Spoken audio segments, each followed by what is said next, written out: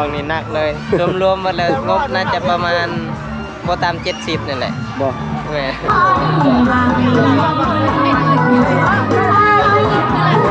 สบายดีเฮ็ดงามได้วันนี้ดอกลูกไผ่ลูกชายแล้ววันนี้เบิ่งนั่นนี่เงินบ่นี่น่ะบาท เยอะเลย เอาโลดมานี่ยานยังเงินเนี่ยเงินบักหลายๆจักใบก็นี่น่ะงามอยู่บ่ลูกไผ่น่ะ งาม เรียบร้อยแล้วพี่มือแซลมอนเป็นลาบเต็มหม้อเลยนี่จะได้เลี้ยงลูกเลี้ยงหลานมันนี่คนมีลูกมีหลานลายเนี่ยเนาะมื้อนี้ทั้งมาซอยแล้วก็มากินเต็มที่แล้วมื้อนี้ซอยน้ำแล้วก็กินน้ำในพาหนึ่งมีลาบถ้วยหนึ่งแล้วก็มีแกงถ้วยหนึ่งข้าว2ถุง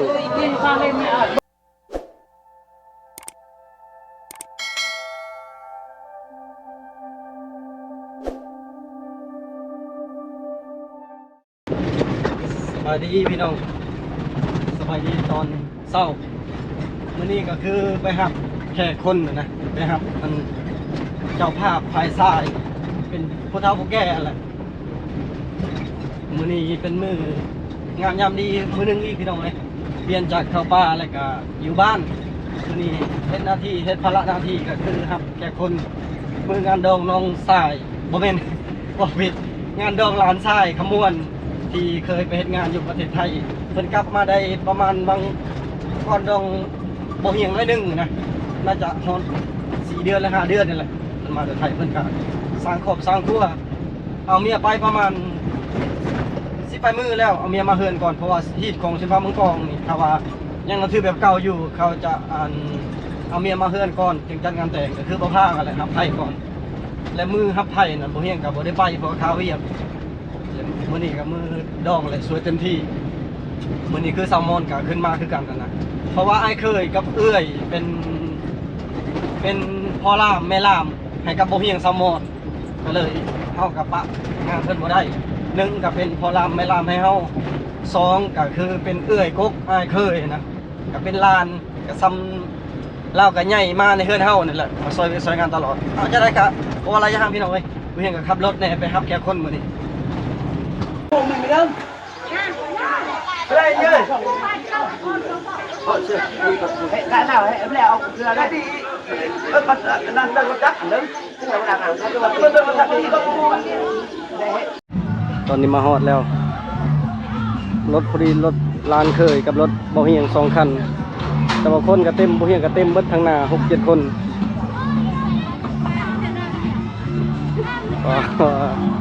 คันอีกรถคันนึงก็ยังเต็มอยู่เลยพี่น้องไงมากันหลายคนเลยเนี่ยเดือนเจ้าสาวกับเจ้าบุญ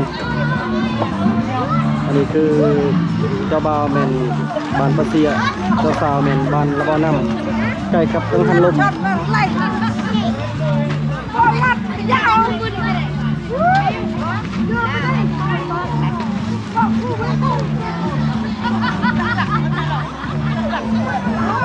นี่ครับ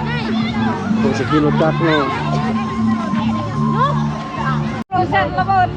สบายดีเจ้าบ่าว สบายดี เอาเมียมาเฮือนจักมือเลย สิเข้า2 ทิศน่ะเพราะว่าสิเข้า2 ทิศน่ะ เขาตัวทิศนักสิปลายมือ แม่นเพราะว่าตอนเอานั้นมื้อวันที่24เด้มื้อนี้วันที่8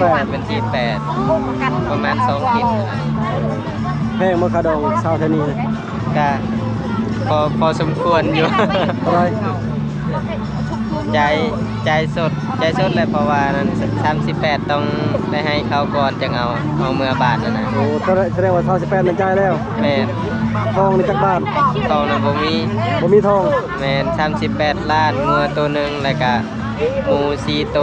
ไก่10 โต ถ้วยบวงในบ่มี ถ้วยบวงน้ำน่าจะประมาณถ้วยน้ำประมาณ300นี่แหละ โอ้ทวนนะ แล้วก็ ทวนเนาะ มีแบร์ตัวนึง ใครแต่บ่มีทองเนาะ กันมีทองนี่หนักเลยรวมๆมาแล้วงบน่าจะประมาณพอตาม70นี่แหละ บ่ แม่ ผู้จักกันดนบ่ 2 ปีกว่า โอ้ตอนนั้นอยู่ไทยพุ่นเนาะ แม่ เป็นจะได้จะผู้จักกันซะ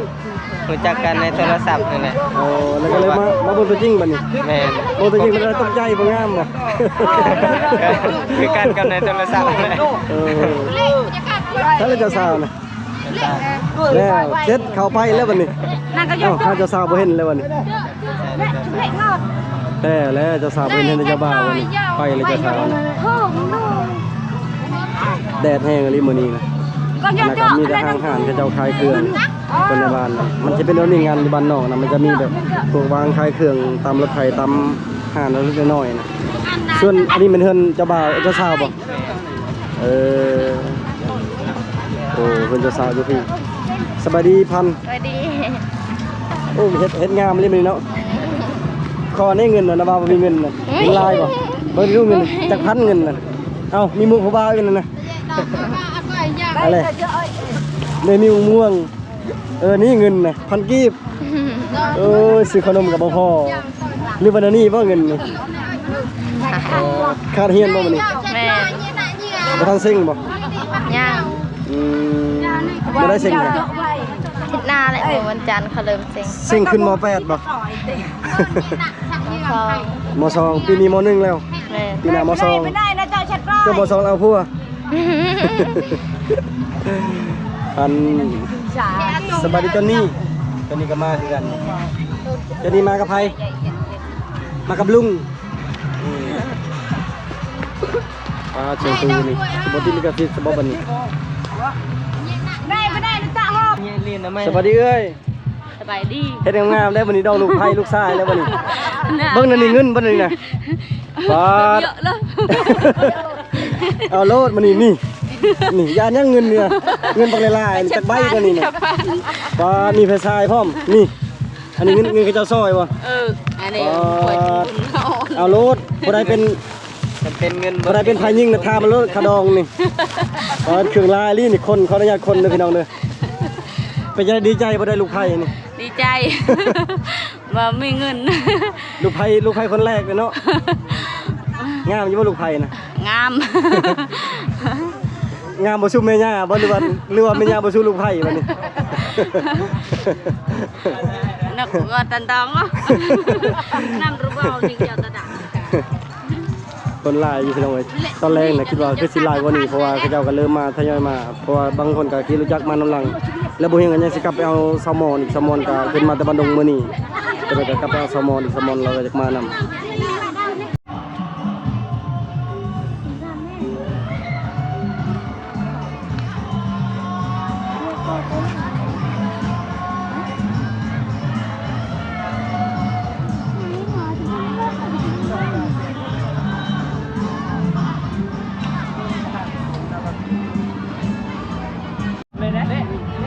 เอาบัดนี้เข้าเลยนะ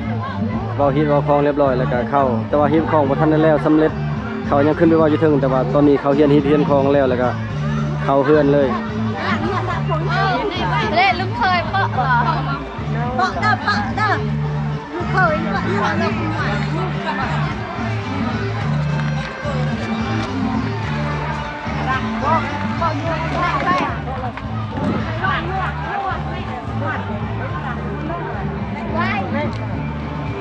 Ini bang naik lalu gue nemu lah, dah layar je.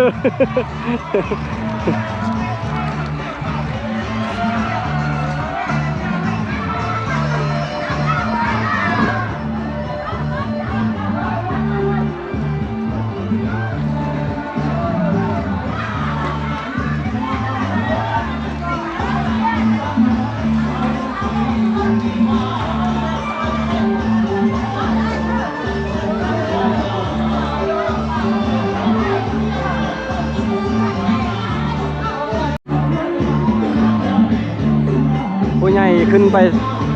ลังนี่ส่วนผู้หญิงเล็กน้อยขึ้นไปลังนั้น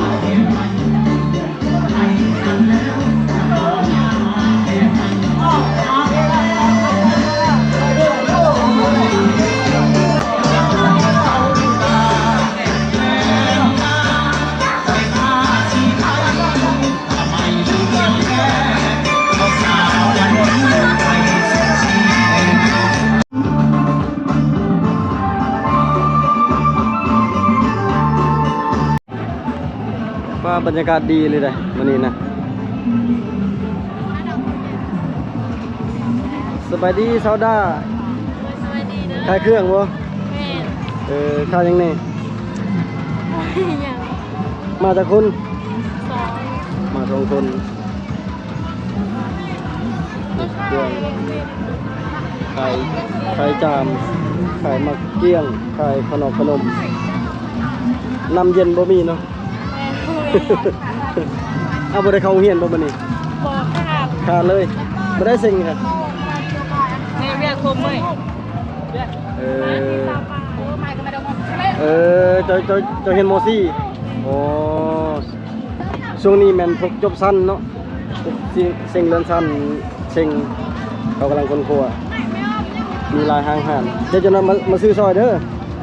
ขอบใจนี่บรรยากาศดีอะไรอันนี้ก็คือพวกวัยรุ่น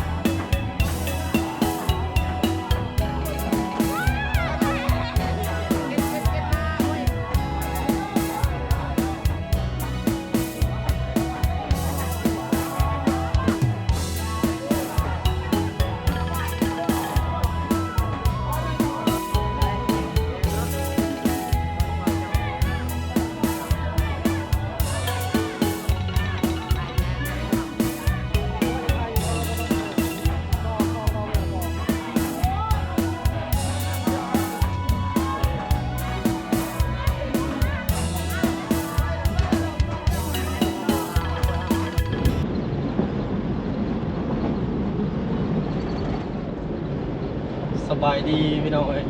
บรรยากาศเช้าดองน่ะมี2มื้อได้มีแต่เมื่อวานนี่แหละกับมื้อนี้เมื่อวานนี้ว่าสิถ่ายต่อพอดีอันตู้เขาเปิดทุกห้างเพราะว่างานดองคืองานบุญนั่นน่ะเขาเจ้าขายเครื่องคืองานบุญช่วงเครื่องขายตามเส้นทางเลยครับประตูเปิ้นยังผมยังกระเสียงยันที่กระซิดแล้วบ่ได้ถ่ายต่อมาต่อมื้อนี้เลยมื้อนี้เมื่อวานนี้กินงัวตัวหนึงแต่บ่เห็นว่างัวน้อยหรือใหญ่แล้วมื้อนี้ก็กินงัวตัวหนึงอีกอันนี้ก็คืองัวตัวโบเฮียงทานเมื่อวานนี้แหละนี่มากับแซลมอนสบายดีแซลมอนเด็กน้อยทางหลังกับย่าจอนนี่แล้วกับแม่เอามาแต่เช้า เพราะว่าเมื่อคืนนี้แล้วแม่นมานอนบ้านบ่มีคนเผาเฮือนโอ้บ่แลนบ่ขึ้นสั่นเลยนะ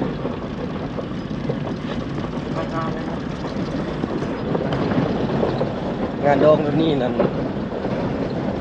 กูแบบว่าเจ้าของเพื่อนกะมากแต่เอาพวกยินกับโบอีมงานนี้เฮ็ดแบบคือเฮาเลยบัดเดียวเลยแล้วเลยใครนี่กินเธอเดียว อันนี้เมื่อวานนี้ก็ช่องขาลางขมวนจนขี่รถไปซื้อปลาซื้อไก่อยู่เมืองอีกว่าบ่มีหยังเฉลียงแค่คนพอเขามาบ่ได้เป็นโมงเป็นเวลามายามใดก็มาแบบนี้นะ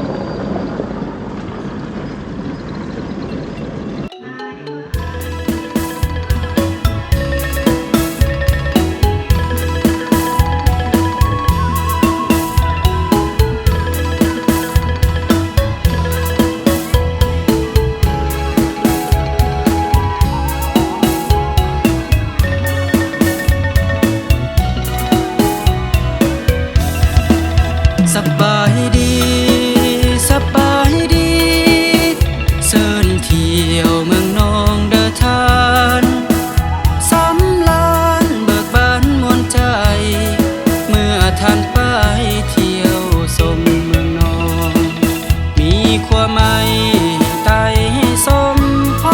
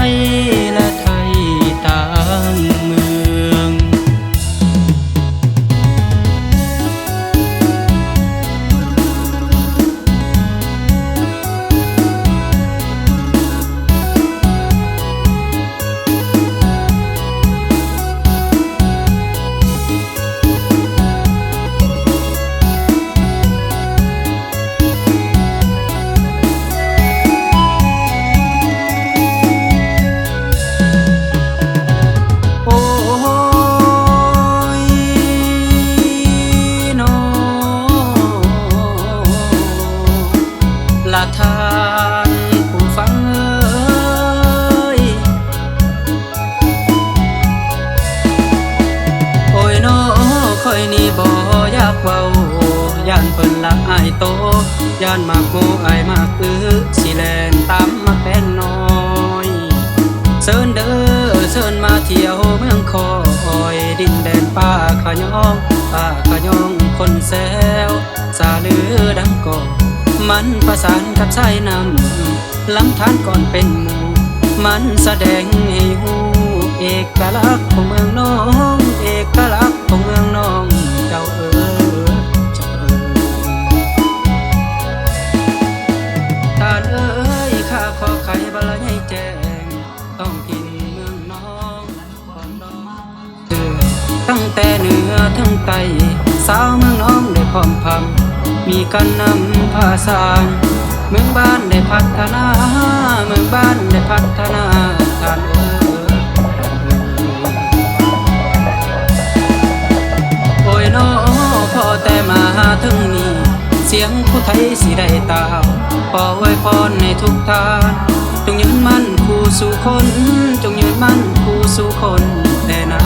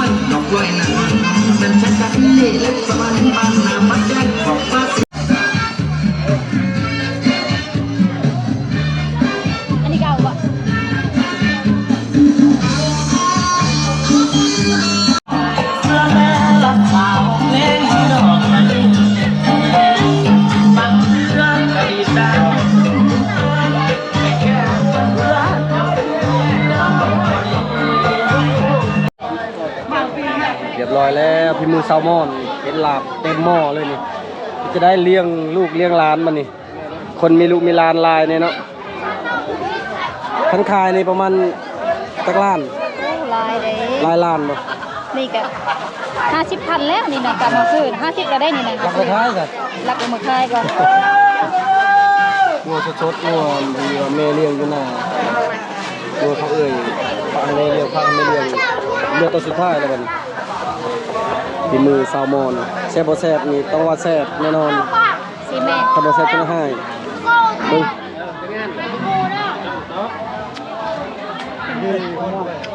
โอ้แซ่บแซ่บ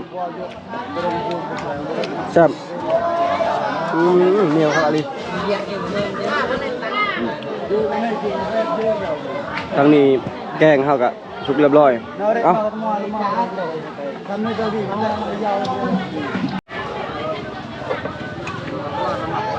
มื้อนี้ทั้งมาซอยแล้วก็มากินเต็มที่แล้วมื้อนี้ซอยน้ำแล้วก็กินน้ำกินพร้อมโอ้สิได้เลย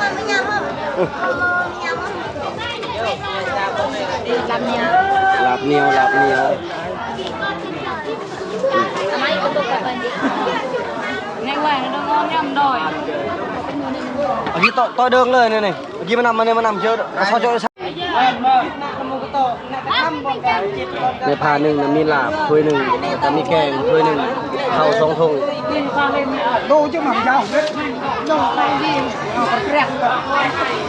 ้าวนี่ปั้นก็จะเป็นจากได้ยันข้าวแต่เมื่อวานนี่เขาอุ่นคืนยาวไปเลยตัวจะได้พันแซ่บบ่ แซ่บ พากันกินอันนี้ก็คือกันลาบถ้วยหนึ่งแกงถ้วยหนึ่งบ่วงก็บ่มีเฮ็ดได้ ไม่สดน้ำ กินแต่ตอนนี้เนาะเบิ่งพันน่ะจับตอนไว้ตอนหนึ่งเลยนะโอ้สลัดอันนี้1 2 3ผ่าแล้วก็มีอยู่เทิงอีกมาได้เริ่ม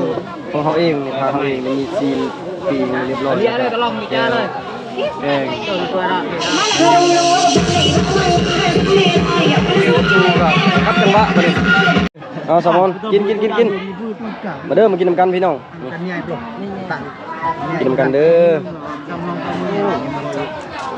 ไอ้ชาเมื่อกี้นี่ก็ซ้อมข้าวไปนี่นะแล้วก็ใส่ตัวข้าวผัด นั่นเดียวนี่ได้เดียวกล่ำไง เอาตัวข้าวผัดใส่อันนี้ไป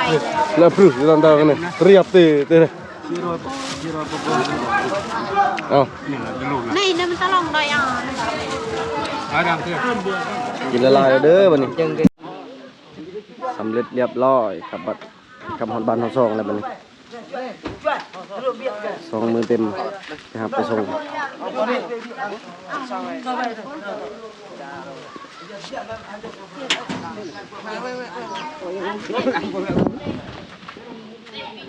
ตอนนี้ก็คือสำเร็จเรียบร้อยพี่น้องไอ้2 มือเมื่อวานมื้อนี้มันเบียกของเผามังกรหรือว่าเบียกเผาบลูมังกรนี่มันเป็นเบียกอย่างที่ว่าละเอียดอ่อนอะไรมันยากขนาดเฮาผู้ที่ว่าเกิดมา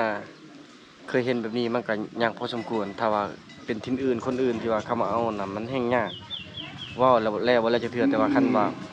คือเฮ็ดบ่เฮียงน่ะบ่เฮียงเป็นคนที่ว่ากำหนดเองน่ะมันสิง่ายกว่าคืองานดองน้องดาจำปา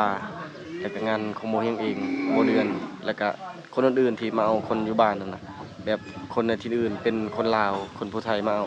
โมเฮียงเป็นคนเว้าเป็นคนลมมันก็ง่ายคือแบบเขานี่บ่ไหวแฮงแต่เมื่อวานนี้ฮอดมื้อนี้ก็ยัง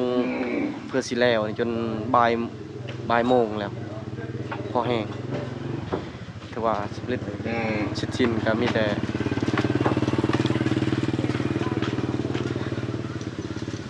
เริ่มต้นบัดนี้เริ่มต้นหาเงินหาคำและร้านกันบางทีก็สิไปไทยบางทีก็เฮ็ดงานอยู่บ้านนี่ก็ยังบ่ฮู้บ่ได้ถามไปไทยก็ดีอย่างหนึงนะไปเก็บไปหาเงินไว้มาสร้างเรือนสร้างศาลไว้เพราะว่าครอบครัวก็ได้แล้วโอ้ยมาคิดดีเลยแพงเลยมานี่เฮ็ดคือเคยนี่ช่องโตนะเพิ่นกินนี่ตัวนี้ดำหมด3เลยอุ๊ยเอามือจะบ่นี่มาคิดดื้อก็ชำนี้แหล้วพี่น้องบ่เฮียงก็บ่ฮู้สิอธิบายจังไดเพราะว่ามือเขาเจ้าลมนั่นนี่บ่เฮียงก็บ่ได้ค่อยอยู่มีแต่แลนเบียกครับหน้าที่คนชงแขกคนหลักๆกับผู้ใหญ่ทั้งพี่และทางภายซ้ายนี่ไปพุ่นตอนนี้ก็คืออยู่บ้านเอื้ออยู่บ้านปะเสียเดี๋ยวจังได๋ก็กลับบ้านข้าวปลาเขาอยู่หากินก็พังเบิ่งมื้อมื้อพุ่นแหละตอนนี้ก็ยังทันแล้วเบียกแต่ว่าเวียกนี้ก็แล้วมีแต่เกี่ยมบัดนี้สำหรับคลิปวิดีโอนี้ขอจบไว้เพียงเท่านี้ก่อนอื่นก็ขอบใจพ่อแม่พี่น้องทุกคนที่เป็นกำลังใจให้บ่เฮียงถ้าว่าติดตามในคลิปต่อไปพี่น้อง